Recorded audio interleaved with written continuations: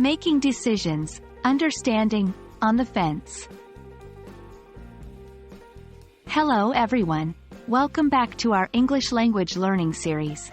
Today, we'll be diving into a common idiomatic expression used in professional communication, on the fence.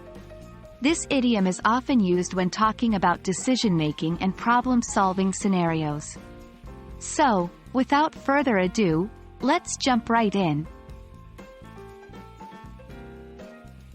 On the fence is an idiomatic expression used to describe a state of indecision, where one is unable to decide between two or more options.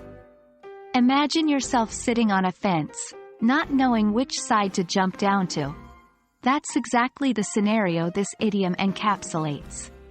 Here's an example of this idiom in a sentence. John is on the fence about accepting the new job offer because he likes his current team, but the new role pays more.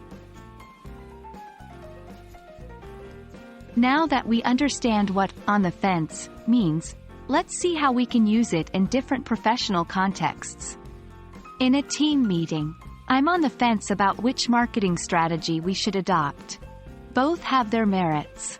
In an email, after reviewing the project plans, I am still on the fence about the proposed timeline.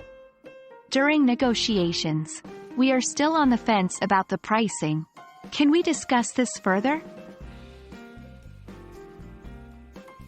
It's also important to be aware of common mistakes while using this idiom.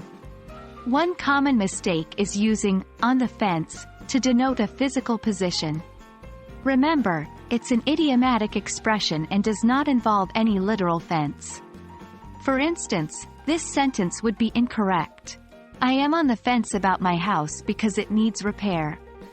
The idiom doesn't fit in this context, as it isn't describing a state of indecision between two or more options.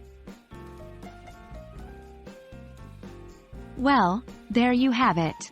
You now know what "on the fence" means, how to use it, and what to avoid. Idioms like these can enrich your vocabulary, making your professional communication more effective and engaging. So the next time you find yourself or someone else in a state of indecision, you'll know they're on the fence. Thanks for watching, and we hope you found this video helpful.